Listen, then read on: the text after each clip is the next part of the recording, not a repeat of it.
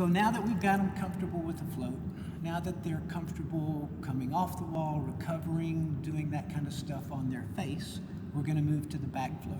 Back float's always interesting. Some people love the front float. Some people have lots of trouble with it. Same is true for the back float. And the people who are scared of this usually take a little more effort. So I'll show you some tricks that I've learned from other brilliant people that I have absolutely stolen here that I want to share with you. So one, to start a back float, come to the wall, pull your feet up. We showed you this before. Pull your feet up 4 or 5 times. You'll find, just like with freestyle, this can wake people out, but hopefully they've done it before. But on the back float, we're not putting our head in the water yet. We're not doing anything else. We're just coming up here and we're getting used to leaning back in the water. That's all we're doing. So I usually do this about 5 times. I hold this for about 5 seconds before I come back up, and then I'm back down. And just do that until they're comfortable. You'll find some people it takes a while for them to be comfortable, but that's the very first step for this. Once you get that piece in place, there are a couple of different things to do, but I'm going to build off this one first, and then I'll show you the exceptions. So first thing, have them come down here to their shoulders, have them hang on here, have them put their thighs and their chest against the wall, and then have them put their head back to the point that their ears are in the water and look up, hanging onto the wall. And eventually you can see, you don't need it, but they don't know that yet. So you just let them hang out here, see what that's like, stand back up, do the same thing 3 or 4 times. The people who love this will immediately go here and say, oh wow, I feel this float, and they'll push off. They don't know how to recover yet. So watch for them, okay? We haven't taught them the recovery piece on that one yet. So working here,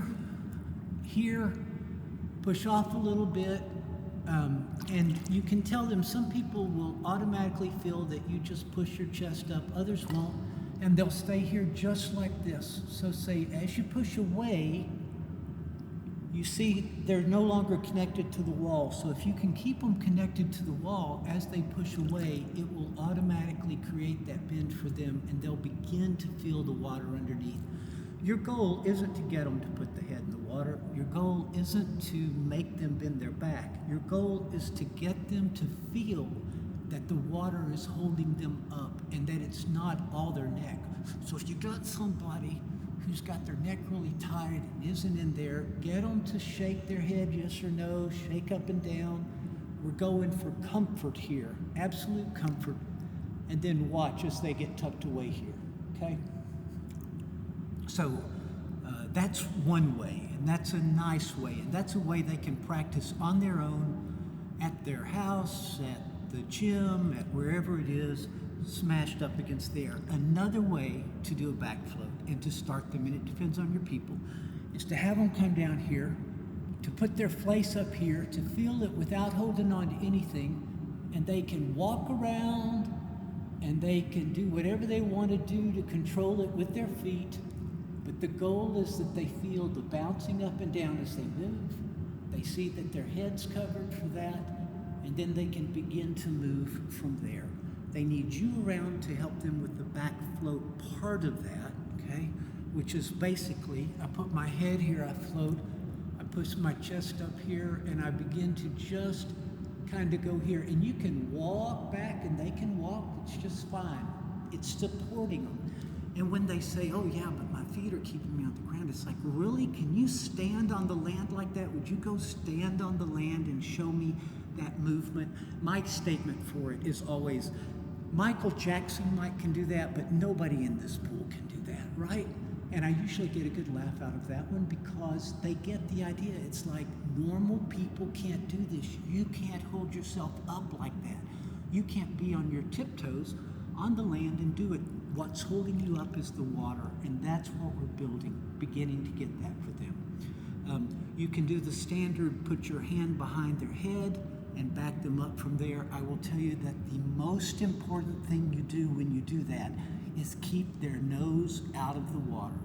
The worst part of this process for people is when they get underwater and they get enough water on their face to inhale with their nose, which they will do if we haven't warned them. And that's just miserable. Nobody likes that. So the most important thing is to watch and make sure that their nose doesn't get water. The rest of them can fall however they want to fall, but it's your job to keep their nose out of the water. This is a great time to talk nose clips if you haven't talked it already. It's a great thing to do for folks who are learning back floats, who are going to go under and be surprised by going under. It keeps their nose from getting all that water in it and all that misery when we can, with a simple clamp, take care of that. Or for people who have flatter noses, they're the sinus savers, and they're little silicone tubes that go up each nose that have a little, just a little string that ties them together, a little silicone string, if you will, that goes under here, and that keeps their nose completely blocked. There's nothing to worry about it. It gives them that sense of safety, and they don't get that surprise that they really, really hate. So we got them started on the back float. How do we finish it? And what do we do if we have people who still remain challenged by this? So first, to be clear, in most cases, people are going to finish on their own. Most people float really well or acceptably well. And when they come back and they begin to float, they're going to begin to be comfortable floating on their own. And as they come back, they're going to begin to come up in the air. And so we've got to teach them how to sink. Now, not sink, sorry, how to recover. I sink. My feet always sink. And again, it's not important that somebody float like this. If they float like this, that's fine. If they float like this, that's fine. If they float like that, it's fine. This is a place where I like to show people my back float, my natural back float. It looks something like this. Yep, that's my natural back float right there. That's all there is to it. It's not very much. If I fall out of the cruise ship, that's what you're going to see. That much of me looking up in the air. The rest of my feet going down.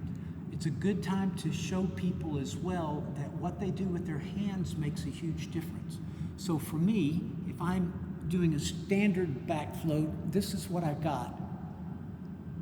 If I move my hands out to my side in a T, you'll see my legs come up, my chest comes up a little, then it goes back down and it comes up. But if I put my hands in a Y shape, keeping it all underwater, you'll see I come up just, look at that, holy cow, that's a whole nother person. How is that possible? It's possible because of the way the water holds me up. And your balance in the water is like a teeter-totter, right? And it just depends on how you're balanced and how you hold your air and how you move around. And when I'm doing my normal float, this is it, right? But I put those hands in front, I put some more weight out here. It pulls me beside me, it pulls me forward. When I put my hands over my head, keeping them under the water, it begins to balance me out. Now my feet still drag. It's not like I come up level, but it makes me a lot better, and everybody floats differently. There are people who float with their feet almost out of the water. They float so high and their legs float so well. There are other people and sinkers who can't get this without some movement. We'll talk about them a little differently. But your standard folks are going to be somewhere in between. It's important that they understand this is how you float naturally. Doesn't have to be a level float. It just has to be something where you expend no energy, and you can be safe doing that. And you can affect it by the way you slowly move your arms and legs. And you will have people who throw themselves around, go underwater, and then say, see, I don't float. And you'll say, you're throwing yourself, you're changing your weight. What happens is it pushes you under the water, but if you watch, you come right back up. That's the way that floats. So what we teach you, what we teach them, is how to move slower, how to keep themselves under the water, their hands under the water to keep themselves floating.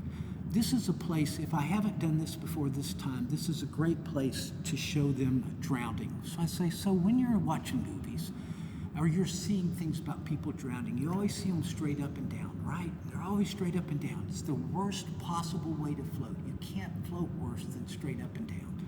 If you lean forward, you begin to do that stuff, it just begins to pull you up because you give the water more surface area to push up. Same's true on your back. The more you give it there, the more it pushes up. If you are in the water and you're floating, and I'll show you my natural float, which is right about here. Yep, that's me. With all of me in the water, I float and I stay right there. But if I put my hands up and out,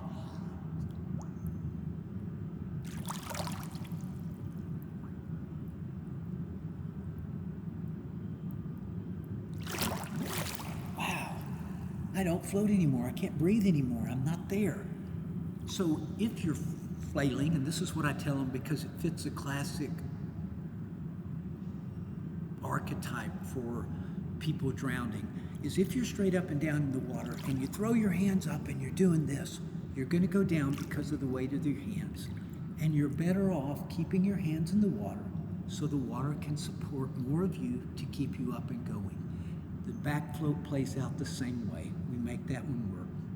So work with them until they're comfortable. You'll find some people who aren't comfortable, who have some real challenges with it. And I'll show you one of the ways. There are a bunch of ways. You can use noodles for this. I like to use kickboards.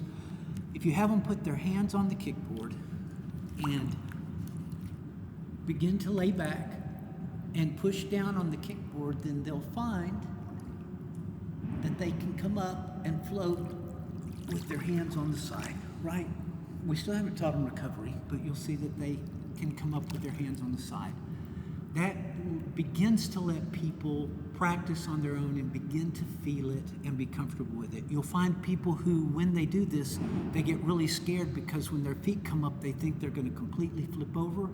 Hang with them and say, watch, you can come up level, but you can't flip over. We're going to teach you that later, and it's going to take a lot of time and energy to begin to build. But that's a way to get people started and who aren't comfortable and to sink. It's also to keep people from sinking so that they feel safer with it until they can begin to let go. So we talked a little about back float. I want to show it to you with Denise. So we're going to start with the easy way. So Denise, if you'll put your hands up there on the wall, I want you to pull your knees up to the wall so that your calves and the bottom, not your calves, sorry, your shins and the bottom of your feet are flat against the wall. So just come straight up here and sit. You can lean back a little and just feel leaning back. This is enough to scare some people.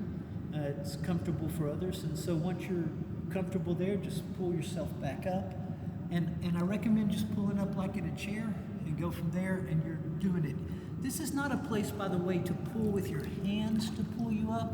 You really want them to pull with their waist to pull forward. It's going to help them on the recovery better. So we usually do this 5 times in a row, maybe holding it for 15 seconds, but you see the direction of it and what's going on. That's the purpose. So the next piece we do is put our bodies flat against the wall. So if you put your thighs against the wall, your stomach against the wall, all of you against the wall. Now slide down to where your neck, till the water's about here on your neck. So come on down, and you want to then gently let your head come back and lower down a little bit more if you need to. And you want to get to the place where you're now nose straight up to the ceiling. Good, your ears a little in the water, and now you're starting to feel a little bit of float. In fact, you're floating because your feet aren't on the ground. So floating, looking straight up, head's in good shape. That looks really good. That's really nice. So if they're there, you can stand back up, or in this case, if you want, stay there and we'll just balance back out. So again, stay nice and close to that wall. Drop down, let your head come back again. Now let your hands and your arms slide away or push you a little away from the wall. So keep your hands there, but stretch away from the wall. Straighten your elbows. There you go. And you begin to feel the water underneath your back as it comes up. And Denise is talented here, so she's moving on past this. And you can, as the coach, you can let them float, but watch. If she starts to sink, your goal is to keep her head out of the water. So if she starts to sink, move, whatever, I want to make sure her nose doesn't go under because we haven't talked recovery yet. Beautiful, madam. I'll help you stand. Not that you couldn't do that, but we got it. So very nice. So eventually, the goal is for you to just be able to do that exactly like you did. That's an easy student.